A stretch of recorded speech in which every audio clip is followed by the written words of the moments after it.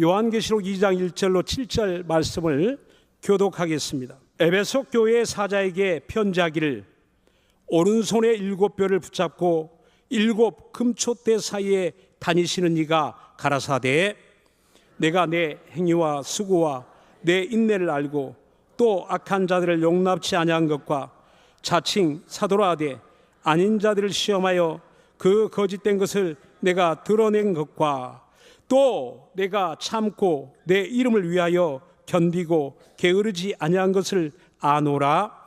그러나 너를 책망할 것이 있나니 너의 처음 사랑을 버렸느니라. 그러므로 어디서 떨어진 것을 생각하고 회개하여 처음 행위를 가지라.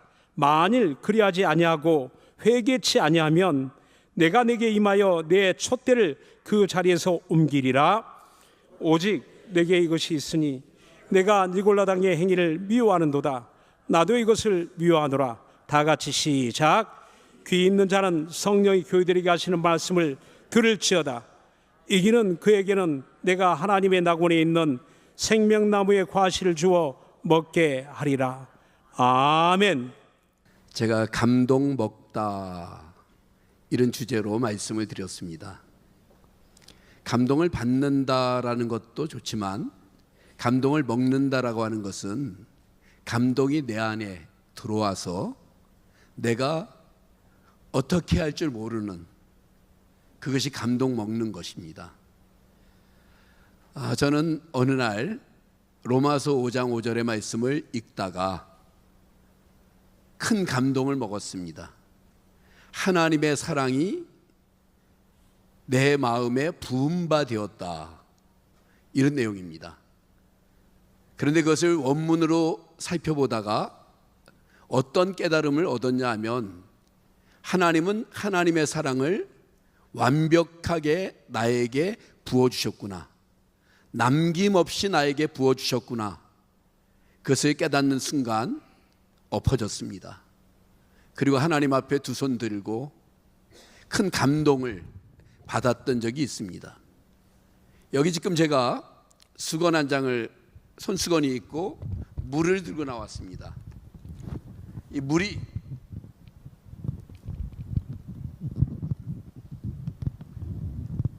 얘가 오늘 버티고 있어요. 하나님의 사랑이 나에게 부어졌다는 의미는, 내 마음에 부어졌다는 의미는 이런 것입니다.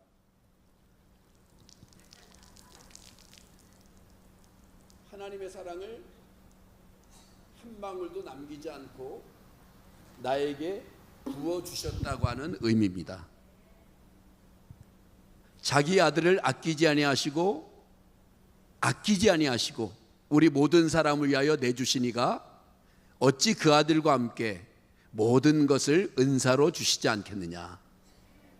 자기 아들을 아끼지 아니하셨다. 하나님의 사랑이 내 마음에 부은 바 되었다. 바울 사도는 로마 교인들에게 하나님의 사랑이 내 마음에 부은 바 되어서 나 정말 감동 먹었어. 그리고 나서 그는 디모데후서에서 이렇게 기록을 합니다.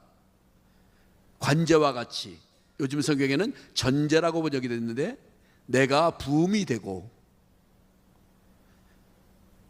그는 이렇게 말한 겁니다. 하나님 앞에 나의 인생을 부어드렸다. 남김없이 내 인생을, 하나님이 주셨던 내 인생을 하나님 앞에 부어드렸다는 겁니다. 그 구절 또한 공부하는 순간 제 마음에 충격을 받았습니다. 하나님은 사도 바울을 감동시켰고 바울 사도는 하나님을 감동시켰구나. 그것이 바로 감동 먹는 거예요. 우리가 하나님의 감동이 아니고는 여기 이 자리에 와 있을 수 없고, 하나님의 감동이 아니고는 8년 전에 여러분들이 개혁하겠다고 나올 수 없었던 거예요. 여러분 생각, 여러분의 의지, 여러분의 결단, 여러분의 결심이 아니라 하나님의 감동이 있었다는 것을 믿으시기 바랍니다. 하나님의 감동이 어떤 사람에게는 크게, 어떤 사람이 작게, 그러나 우리 모든 사람을 하나님이 감동시켰기에 우리가 개혁이라고 하는, 건강한 교회를 만들고자 하는, 정말 바른 교회, 주님 보시기에 온전한 교회, 이런 꿈을 가지고 나왔던 거죠. 이것은 여러분의 꿈이 아니라 하나님의 꿈이에요. 하나님이 꿈꾸신 것을 여러분을 통해서 이루시겠다는 하나님의 계획인 거죠. 지난주에 제가 여러분에게 이런 말씀을 드렸습니다. 울보 영성. 설교를 하다가 마지막 부분을 제가 끊었어요. 사무엘상 6장 이하에 보면 이런 내용들이 나옵니다. 이스라엘 백성들이 블레셋 사람들과 싸움을 해요. 근데 계속 지는 겁니다. 어떻게 하면 블레셋 사람과의 싸움에서 이길 수 있겠는가? 그들이 성경을 찾다가 하나님의 말씀이 있는 법궤를 앞세우고 가면 되겠구나. 이스라엘 백성들이 광야 40년 동안 법궤를 앞세우고 법궤를 중심으로 해갖고 그들이 광야 40년을 지냈어요. 그리고 가나안 정복 전쟁을 펼치면서 그들이 법궤를 앞세우고 나가서 가나안 족속들을 멸하고 승리했어요. 그걸 깨달았던 거죠. 사사시대의 말기입니다. 그래서 우리가 블레셋 사람과의 전쟁에서 지는 이유는 법궤를 앞세우지 않았다. 그래서 그들이 법궤를 꺼내옵니다. 법궤를 앞세우고 엘리 제사장의 아들인 흠니와 비느하스를 앞세운 다음에 블레셋과의 전쟁에 나가요. 그런데 그 전쟁에서 처참하게 집니다. 흠니와 비느하스는 죽습니다. 법궤는 빼앗기고 말았어요. 그런데 법궤는 빼앗기고, 아니 이게 뭐야? 하나님의 말씀인 법궤를 앞세웠는데 왜 안 됐을까? 이스라엘 백성들은 근심하고 염려하고 원망하고 불평하고 그러고 있을 그때에 법궤가 있었던 블레셋 동네에서는 이상한 일들이 생겼어요. 법궤가 옮겨졌는데 독종 재앙들이 발생해 갖고 전염병이 발생하면서 많은 사람들이 심각한 병에 걸렸어요. 그랬기 때문에 애굽의 그 블레셋 사람들의 술사들이 이것은 법궤 때문이다. 아니야, 우연히 된 일일 거야. 그래서 법궤를 옮겼습니다. 옮기자 그곳 역시 재앙이 발생을 했어요. 우연일까? 아니면 하나님의 능력일까? 또 옮기고 또 옮기고 또 옮기면서 계속해서 재앙이 발생하게 되자, 그럼 어떻게 해야지? 이걸 어떻게 해야지? 그들이 방법을 찾아냈죠. 한 번도 멍에 외워보지 않는 암소 2마리를, 새끼가 있는 암소 2마리를 끌고 와라. 새롭게 수레를 만들어라. 수레 위에 법궤를 놔라. 그리고 이 암소들이 어디로 가는지를 보자. 만약에 이 암소들이 자기 집을 향하여 새끼들이 있는 곳으로 가게 되면 이것은 우연히 된 것이고, 그 소 2마리가 이스라엘 땅 벳세메스로 가게 되면 하나님이 하신 것으로 우리가 받아들이자. 그렇게 하고서 암소 2마리가 끄는 법궤를 보냅니다. 그런데 성경은 이렇게 말합니다. 두 암소가 울면서 이스라엘 땅 벳세메스로 갔더라. 왜 소가 울었을까? 여기에 대한 것은 신학자들만의 조금 다른 견해들이 있지만, 하나님께서 그를 보내셨을까? 뭐 이런 여러 가지 이야기들이 있지만, 제일 중요한 것은 자기가 이 암소들이 벳세메스로 가면은 죽는다는 것을 알았어요. 거기 무슨 내용이 나오냐면, 벳세메스로 갔더니만 그들이 법궤를 내려놓고 암소 2마리를 하나님 앞에 번제물로 드렸더라. 동물들이 죽음을 알기 때문에, 자기가 그곳에 가면 죽는다는 것을 알면서도 울면서 갔던 벳세메스로 가는 소들의 이야기. 울보 영성은 바로 여기에서 나오는 겁니다. 결박과 환난이 나를 기다린다고 하지만 주 예수께 받은 사명을 위해서 내가 예루살렘으로 올라가겠다라고 에베소 장로들과 붙들고 울면서 외쳤던 사도 바울의 음성이에요. 가면 안 됩니다. 결박이 있습니다. 환난이 있습니다. 그리고 문제가 생길 겁니다. 그랬더니만 바울 사도가 결박과 환난이 나를 기다린다고 하지만 주 예수께 받은 사명을 위해서 나의 생명을 조금 더 귀한 것으로 여기지 않겠다라고 하는 사도행전 20장 24절의 말씀, 그리고서 예루살렘으로 올라가죠. 거기에서 그는 잡히고 죄수의 몸이 되어서 로마로 가는 그 길을 그가 선택을 하는 것이죠. 하나님 앞에 우리가 울어야 되는 거죠. 울보영성. 이것이 없으면 개혁이 안 돼요. 왜 8년이 되었는데 아직 개혁이 완성되지 않았을까? 우리의 눈물이 모자라서 그래요. 하나님 앞에서 더 많이 울었어야 되는데 더 많이 울지 못했기 때문에 그래요. 우리의 영성이 죽어있기 때문에 그래요. 울보 영성처럼 우리의 영성이 회복되어야만 하나님은 우리의 기도를 들으시고 응답하시는 하나님이신 줄 믿으시기 바랍니다. 하나님 아버지, 하나님이 우리를 감동시키셨기에 십자가의 그 사랑을 깨닫고 예수 믿고 구원받아 하나님의 자녀가 된 것이 얼마나 감사한지, 하나님은 나를 사랑하시며 나를 위한 놀라운 계획을 가지고 계신다는 것을 믿으면서 주님의 감동 따라 여기까지 왔습니다.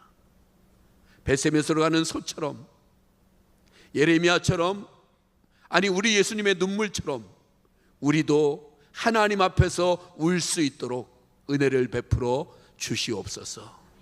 하나님, 오늘도 부족한 종이 성도들에게 말씀을 전하고 기도회를 인도하려고 합니다. 오늘 주신 말씀의 제목이 처음처럼입니다. 하나님, 우리들에게 처음을 회복시켜 주시옵소서. 예수님의 이름으로 기도합니다. 아멘. 여러분들이 처음처럼 그랬더니만 그게 뭔지 대부분 아시죠? 제가 벌써 한 5년쯤 된 것 같습니다. 제가 자주 가는 음식점 중에 하나가 떡볶이집이 있는데, 제가 웬만하면 가서 이렇게 앞치마 달라고 안 그러는데 떡볶이집에서 앞치마를 하나 받았는데 거기에 이렇게 쓰여져 있었어요. 처음처럼. 그래서 이거 좋네. 그러고서 일주일 후에 또 갔더니만 처음처럼 써 있는 거예요. 그래서 제가 그 주인 그 아주머니한테 이거 혹시 나 하나 줄 수 있냐? 아니면 나한테 팔아라. 너무 좋다. 그냥 가져가시라고. 제 방에 가서 담임 목사실에 딱 걸어놨습니다. 그리고 나서 그 다음 주에 당회가 있었는데 장로님들이 저를 안 쳐다보고 계속 그것만 쳐다보는 거예요. 그러더니만 장로님 한 분이 그렇게 얘기하시더라고요. 그분이 왕년에 그때는 빼고 술 많이 하셨던, 목사님 저게 뭔지 아십니까? 그러더라고요. 너무 좋죠, 내용이. 그랬더니만 목사님 저거 소주 광고입니다 그러더라고요. 근데도 제 마음에 처음처럼이 너무 좋았어요. 처음처럼이. 사실 오늘 말씀의 제목을 제가 좀 바꿔서 하려고 그랬댔어요. 뭐로 바꾸려고 그랬냐면은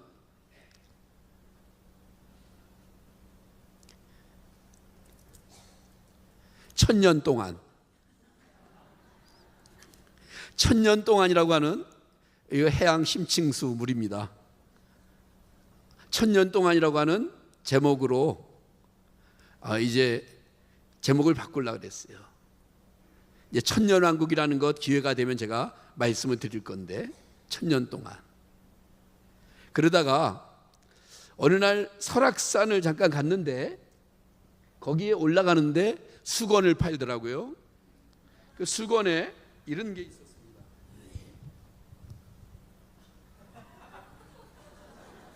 보이시나요? 처음처럼. 제가 이제 나이가 든 목사가 되다 보니까 후배 목사들 담임 목사 위임식 그리고 설교 권면 이런 걸 하러 많이 갑니다. 갈 때마다 어느 순간에 그들에게 권하는 제목 중에 하나가 처음 마음, 처음처럼, 첫 마음, 첫사랑, 끝까지 가지면 목회 성공한다. 끝까지 가지면 신앙 성공한다. 믿음 성공한다. 이런 이야기를 해줍니다. 오늘 여러분들에게 드리고자 하는 말씀의 주제와 제목이 처음처럼이에요. 에베소 교회의 이야기입니다. 요한계시록은 사도 요한이 반모섬에 귀한 가서 계시를 받고 이제 썼던 내용이 바로 요한계시록입니다. 요한계시록 2장과 3장에는 소아시아 7교회에 대한 예언이 나옵니다. 그 가운데 오늘 2장 1절부터 7절까지의 말씀에는 에베소 교회의 이야기가 나와요. 에베소라고 하는 이름의 뜻은 바람직하다라고 하는 뜻을 갖고 있습니다. 에베소는 항구 도시로 굉장히 유명한 곳이었고 아데미 신전이 있었던 이단 신전의 본거지이기도 했습니다. 사도 바울이 어느 날 에베소에 머무르면서 말씀을 전하기 시작합니다. 바울 사도를 보게 되면 그는 순회 선교사였어요. 끊임없이 옮겨 다니면서 사역을 했던 사람인데 어느 날 에베소에서는 머물러서 3년 반 동안 선교사라기보다는 목사로서 담임 목사로서의 역할을 했습니다. 거기에는 브리스길라와 아굴라 같은 좋은 부부가 있었고 나중에 디모데가 목회했던 것이 바로 에베소 교회이기도 해요. 그런데 그 에베소 교회를 정말 멋지게 행복하게 목회하고 있던 바울 사도에게 성령께서 말씀하시죠. 예루살렘으로 올라가라. 영적인 사람이었던 이 사도 바울은 알았어요. 내가 이제 죽음의 길, 마지막 길을 가는 거구나.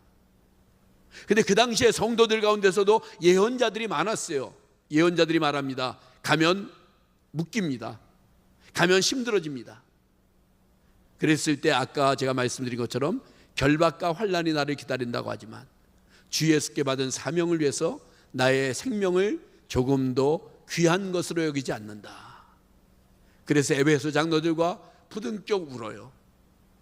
그리고 그들이 같이 울어요.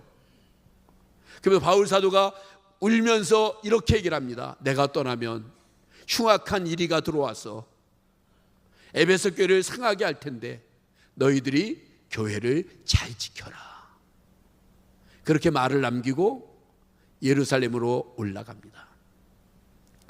그리고 세월이 흐르고 시간이 지나면서 에베소 교회에다가 바울 사도가 편지를 쓰지요. 그 편지의 제목이 에베소서예요.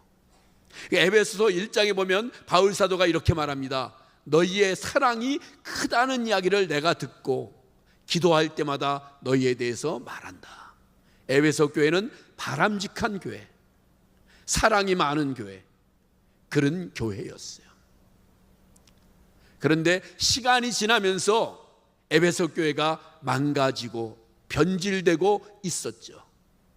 그래서 사도 요한이 반모섬에서 하나님의 계시를 받았을 때 하나님께서 이렇게 말씀하시고 그 편지를 이제 요한계시록을 써서 에베소 교회니 이런 데 보내게 되죠. 거기에 이런 내용이 나옵니다. 너의 행위와 너의 수고와 너의 인내를 내가 안다. 주님께서 이렇게 말씀하셨어요. 내가 너희를 안다. 이 안다라고 하는 것은 헬라어 원문으로 오이다라고 하는 이 단어는 직관적으로 보면 안다는 거예요. 성경에 우리들에게 하나님을 알라, 배워서 알라고 할 때는 기네스코라는 단어로서 경험과 체험과 배움을 통하여 아는 것을 말하는데 우리 주님이 안다라고 할 때는 탁 보면 아는, 정확하게 아는, 깊이까지 아는, 모든 것을 아는 내가 너희를 안다. 인정해 주는 거예요. 너의 어떤 일을, 행위를 안다. 행위는 일이에요. 일. 교회에서 누가 제일 중요한 사람인가? 집사. 집사가 무슨 뜻이냐? 일을 잡은 사람. 일을 잡은 사람이 집사예요. 장로, 권사, 집사, 평신도 어떤 사람이든가 일을 하는 사람이 집사예요. 그래서 귀중한 거예요. 에베소 교회가 얼마나 귀한 교회였냐면 너의 행위를 내가 안다. 일하는 교회였어요. 너희의 수고도 내가 안다. 수고는 데살로니가전서 1장이 말하는 것처럼 사랑의 수고. 수고에는 사랑이 따라와야 돼요. 사랑 없는 수고는 수고가 아니에요. 남는 것 갖고 한다, 이거 수고 아니에요. 사랑이 포함된 수고여야 수고죠.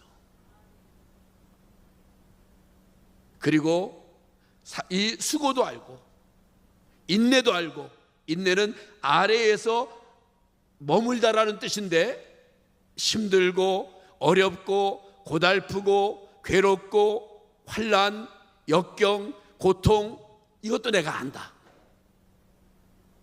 오늘 주님께서 우리 성락 개혁 성도 여러분들에게 이렇게 말할 것입니다. 8년 동안 고생했지. 너희들의 수고도 내가 안다. 너희들의 행위도 내가 안다. 너희들의 인내도 내가 안다. 우리 주님은 우리에게 안다. 악한 자를 용납하지 않은 것도 안다. 니고달랑의 행위처럼 계급주의자들을 타파하려고 했던 것도 안다. 바람직하고 온전한 교회를 만들려고 노력했고 애썼고 땀 흘렸고 눈물을 흘렸던 것도 안다. 특별히 앞장서서 일했던 우리 개혁을 위해서 맨 앞에 섰던 많은 목회자들, 장로님들, 집사님들, 여러분을 주님께서 내가 안다, 이렇게 말씀하신 거예요. 주님이 우리의 눈에 눈물도 닦아주시고 우리도 위로해 주시고 우리를 격려해 주시고 정말 내가 안다, 안다, 안다. 그러네 너희는 처음 사랑을 버렸다, 이렇게 말씀하신 거예요. 오늘 제가 여러분들에게 도전하는 겁니다. 처음 사랑을 버리면 핵심을 버린 거예요. 핵을 버린 거예요. 100개, 1000개, 10,000개 주님을 위해서 헌신하고 봉사하고 땀 흘리고 애쓰고 수고하고 모든 것들이 사랑이 없으면 다 없는 거예요. 아무것도 없는 거예요. 고린도전서 13장을 사랑장이라고 이야기를 합니다. 거기에 보면 바울 사도가 이렇게 말해요. 내가 사람의 방언과 천사의 말을 할지라도 방언, 천사의 말, 사랑이 없으면 아무것도 아니다. 내가 내 몸을 불사르게 내어줄지라도 순교한다 하더라도 사랑이 없으면 아무것도 아니다. 내가 가진 모든 것을 사람들을 돕고 구제하는데 쓴다 하더라도 사랑이 없으면 아무것도 아니다.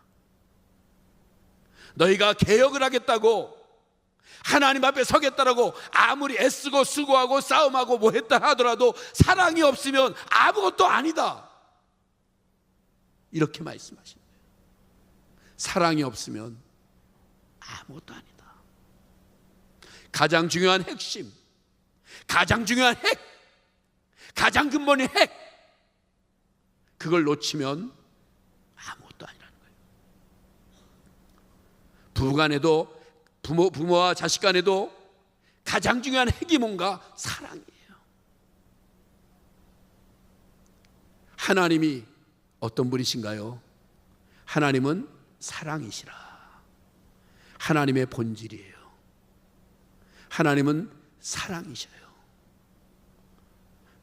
그렇기 때문에 우리를 사랑하시되 끝까지 사랑하셨다고 하는 요한복음 13장의 우리 예수님의 말씀처럼 끝까지 사랑하시는, 하나님이 세상을 이처럼 사랑하사 독생자를 주셨다라고 하는, 하나님 자신을 내어주기까지 했던 그 사랑의 하나님이세요. 제가 1970년 5월 달에 길거리에서 전도를 받았는데 하나님은 당신을 사랑하시며 당신을 위하여 놀라운 계획을 가지고 계십니다라고 하는 사형리의 문구를 받았어요. 오랫동안 그것이 제 심장에 박혀 있었어요. 하나님은 나를 사랑하셔. 나를 사랑하셔. 많은 시간이 흐른 다음에 깨달았던 것이 있었어요. 사랑만이 아니네. 하나님은 당신을 사랑하시며 당신을 위한 놀라운 계획을 가지고 계십니다. 하나님은 사랑하시면 계획도 주셔요. 하나님이 우리 개혁 성도들을 사랑하셨어요. 그러면 뭘 깨달아야 되는가? 하나님의 계획을 깨달아야 돼요. 우리 교회를 향하신 하나님의 계획은 어떤 것일까? 우리 교회를 향하신 하나님의 뜻은 어떤 것일까? 하나님은 사랑이셔. 나를 사랑하셔. 나도 주님 사랑해. 이것으로 끝나는 것이 아니라 하나님이 사랑이시다면 그 다음에 우리를 향한, 나를 향한, 우리 개혁 성도들을 향한 하나님의 계획은 무엇일까? 답은 정해져 있어요. 우리 주님이 이 땅에서 내 것이라고 이야기한 것은 내가 너를 지명하여 불러나니 너는 내 것이라고 하면서 성도 한 사람 한 사람을 하나님께서는 내 것이라고 그랬어요. 우리는 주님의 것이에요. 마태복음 16장에 보면 베드로에게 묻지요. 사람들은 나를 누구나 하느냐라고 했을 때 주는 그리스도시요 살아계신 하나님의 아들이십니다라고 이야기했을 때 바요나 시몬아 내가 복이 있다. 그것을 알게 하시는 이는 하늘에 계신 하나님이시다. 너의 신앙 고백 위에 내 교회를 세우겠다. 바로 베드로의 신앙 고백 위에 주님의 교회를 세우겠다. 내 교회를 세우겠다. 주님이 교회는 내 것이다. 우리 개혁교회, 성락 개혁교회 누구의 것이라고요? 주님의 것. 어떤 누구도 주님의 것이 아니라 내 것이라고 생각하면 안 돼요. 주님의 것. 주님은 말씀하셨어요. 내 것이야. 내 교회를 세울 거야. 오늘도 주님은 우리들을 향해서 그렇게 말씀하시는 거예요. 내가 반드시 깊이 있고 분명히 성락 개혁교회 교인들을 통하여서 내 교회를 세울 거야. 건강한 내 교회를 세울 거야. 건강한 내 교회를 만들 거야. 그것을 위해서 은혜도 주고 능력도 주고 지혜도 주고 축복도 주고 그 모든 목적의 가장 중요한 핵은 내 교회를 만든다는 거예요.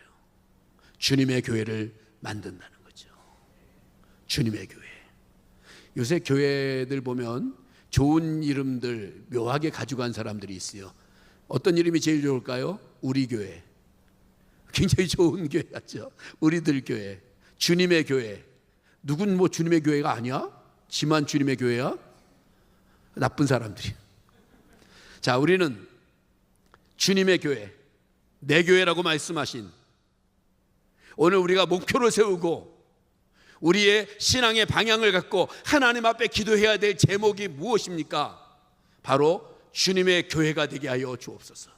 주님이 주인된 교회가 되게 하여 주옵소서. 주님이 주장하는 교회가 되게 해 주십시오. 주님이 영광을 받으시는 그런 교회가 되게 해 주십시오. 이것이 바로 우리들의 기도 제목이에요.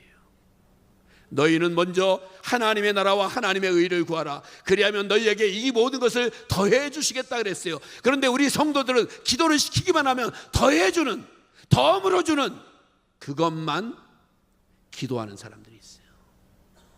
더해 주는 것, 덤으로 주는 것은 기도에서 얻는 것이 아니라 덤으로 얻는 거예요. 우리는 하나님의 나라와 하나님의 의를 구하면 하나님의 나라와 하나님의 의가 무엇입니까? 하나님의 나라, 하나님의 의는 하나님이 통치하시는 나라, 하나님이 통치하시는 교회를 말하는 거예요. 하나님이 주인된, 하나님이 통치하시는 그런 교회를 구하면 하나님이 너희에게 이 모든 것들을 더해 주시겠다. 이렇게 말씀하신 거예요. 더해 주시겠다. 지난주에 예배 끝나고 나가는데 어떤 꼬마가 기도해 달라 그러더라고요. 그래서 뭘 기도해 줄까 그랬더니만 키 크게 해요 그러더라고요. 제가 기도를 해줬어요. 그러면서 그런 생각했어요. 야, 목사님이 기도해서 키 클 것 같으면 우리 손자 벌써 180이다. 우리 손자 녀석이 안 커요. 저 키 크는 데는 자신 없어요. 저한테 그거 말고 다른 거 이야기하세요. 제가 섬기는 교회는 20년 동안 불임이 한 명도 없어요. 기도만 하면 몽땅 임신합니다. 그런 거 기도해달라 그러면 백전백승입니다. 다 목사들마다 특징이 있는 거죠. 키 크게 하는 거 저 못해요. 오늘 낮에 봤던 글이 있더라고요. 어떤 여학생이 열심히 기도했어요. 하나님 살 빠지게 해주세요. 열심히 기도하는데 하나님이 응답을 안 하세요. 그래서 이 여학생이 기도를 바꿨어요. 하나님 내 살을 못 빼시겠다면 내 친구 살을 찌게 해주세요. 자, 굉장히 영리한 아이죠. 그렇죠? 하나님 내 살을 못 빼면 내 친구 살을 찌게 해달라고. 그렇게 기도하면 안 되죠. 그럴 때 그렇게 기도하면 하나님이 뭐라 그러시겠어요? 웃고 만다. 그냥 웃고 마는 거예요. 하나님을 웃기시게 하는 그런 성도들이 되는 게 아니라 하나님의 마음에 감동을 주는 그런 성도들이 되어야 되는 거죠. 기도하기 위해서 말씀을 자꾸 제가 자르는 거예요. 에베소 교회에 대한 수많은 이야기들이 있죠. 어떻게 하면 바로 사랑이 회복되는 교회가 될 것인가. 그랬더니만 이렇게 말해요. 어디서 떨어졌는가, 어디서 잃어버렸는가를 깨닫고 회복시켜라. 내 신앙이 왜 떨어졌지? 내 믿음이 왜 떨어졌지? 주님에 대한 사랑이 왜 떨어졌지? 제가 여기 여러 번 왔잖아요. 지난주 금요일, 지지난주 금요일 날 여러분과 함께 기도하면서 마음에 감동이 왔어요. 깨달아지는 게 있었어요. 전에 기도 많이 했던 성도들이 곳곳에 있구나. 그 도전을 받아요. 기도했던 성도들이 기도의 문이 열리기 시작했어요. 하나님 앞에 기도할 수 있게 되었어요. 그리고 하나님 앞에 외치게 되었어요. 그러다 보면 어디서 잃어버렸는가? 내 신앙, 내 믿음, 주님에 대한 사랑 어디서 잃어버렸는가를 깨닫고 그리고 처음 사랑을 회복해야 돼요. 우리에게는 질병에 대한 치료도 필요하고 개혁에 대한 어떤 것도 필요하고 우리 개인에 대한 어떤 많은 기도의 제목도 자녀에 대한 축복도 많은 것들이 우리에게 필요한 건 맞아요. 그러나 이 모든 것들은 하나님이 언제든지 쉽게 줄 수 있는데 어떤 사람에게? 처음 사랑을 회복한 사람들에게. 여러분들 중에 수많은 사람들이 주님의 사랑이 너무나 크고 너무나도 귀하고 너무나도 감사해서 신앙생활 했잖아요. 남들이 손가락질하면서 저 사람들 이단교회에 다녀. 그렇게 손가락질 당하면서도 내가 믿는 신앙, 내가 믿는 믿음 지키기 위해서 여러분들이 얼마나 애쓰셨어요. 직장에서도, 사업하는데도, 사람과의 관계에서도 마치 삭개오가 지나갈 때 많은 사람들이 수근수근 대듯이 그런 조롱을 당하면서도 주님 사랑해서 여러분들이 믿음 지켰잖아요. 주님이 그걸 알아요. 아셔요. 그래서 여러분들에게 어느 날 은혜를 주신 거예요. 그리고 개혁할 수 있도록, 바른 교회 성도들이 될 수 있도록, 바른 신앙을 가질 수 있도록, 정말 한국교회 어떤 교회보다도 더 멋진 교회 만들고 멋진 신앙 가지라고 하나님이 그렇게 만드신 거예요. 개혁은 하나님이 하신 거예요. 앞으로도 하나님이 완성하실 거예요. 그런데 누구를 통해서? 사람을 통해서. 누구를 통해서? 우리들을 통해서 하나님이 하신다는 거죠. 그 모든 것의 가장 큰 전제 조건이 제가 3주간 말씀드린 그거예요. 하나님을 감동시키되, 감동시키려고 애쓴다고 감동시키는 게 아니다. 어떻게 보면 자연스럽게 우연히 하나님을 감동시킬 수 있는 거예요. 내가 했던 어떤 하나의 행동이 하나님의 감동을 불러오게 하는 거예요. 작은 어떤 것이. 지금도 기억나는 사건이 하나 있어요. 제가 교회 전도사를 시작했던 1974년에 신림동에 있는 교회의 뒷방에 있었는데, 그 당시에는 이제 쌀을 달라고 하는 거지들이 많이 있었어요. 저는 그 교회에서 한 달에 3,000원에 쌀 한 말을 사례로 받았어요. 한 말 다 먹어도 저 모자랐어요. 밥을 무지무지하게 많이 먹었으니까. 그런데 거지가 와서 거기 사찰 일하는 집사님 댁에서 쌀을 받은 걸 봤는데 저한테 오더니만은 쌀을 달라는 거예요. 그래서 못 준다. 그랬더니만 저를 똑바로 쳐다보면서 했던 이야기가 있어요. 무슨 일을 하든지 사람에게 하듯 하지 말고 죽게 하듯 하라. 그러면서 갔어요. 저는 그 자리에서 주저앉았어요. 무슨 일을 하든지 사람에게 하듯 하지 말고 죽게 하듯 하래요. 와, 변장하고 찾아온 예수님? 누구야? 도대체 누구야?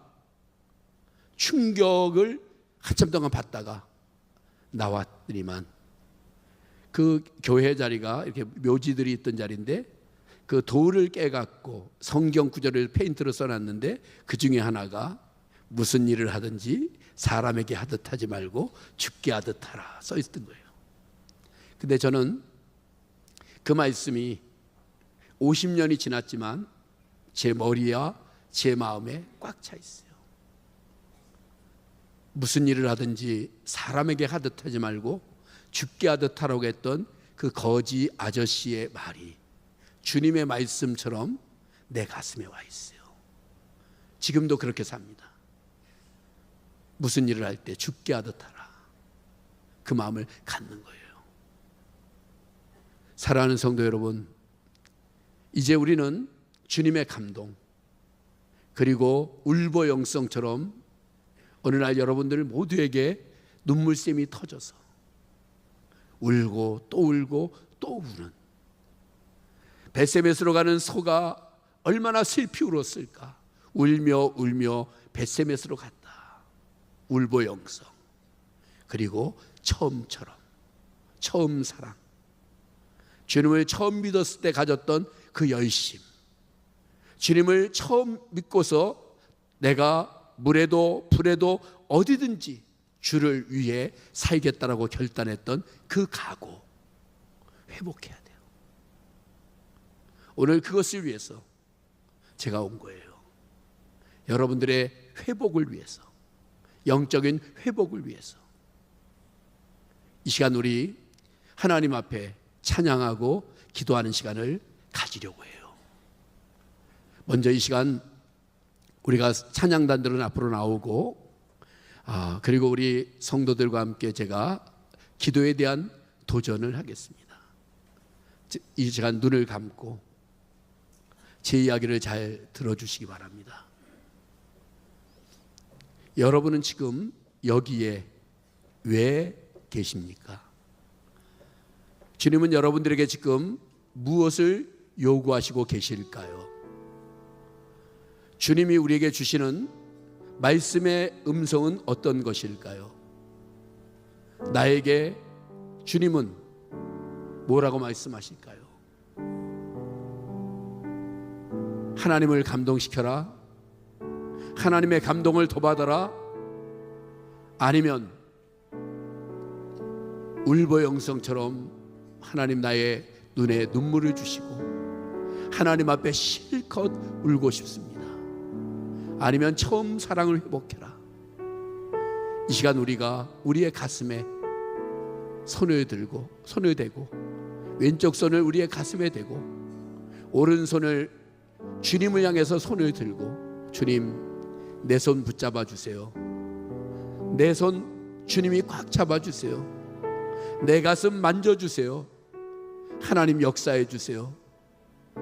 우리 3주간에 말씀을 기억하면서 우리가 사랑하는 주님을 크게 한번 주여 한번 외치고 하나님 앞에 기도하는 시간을 갖겠습니다. 주여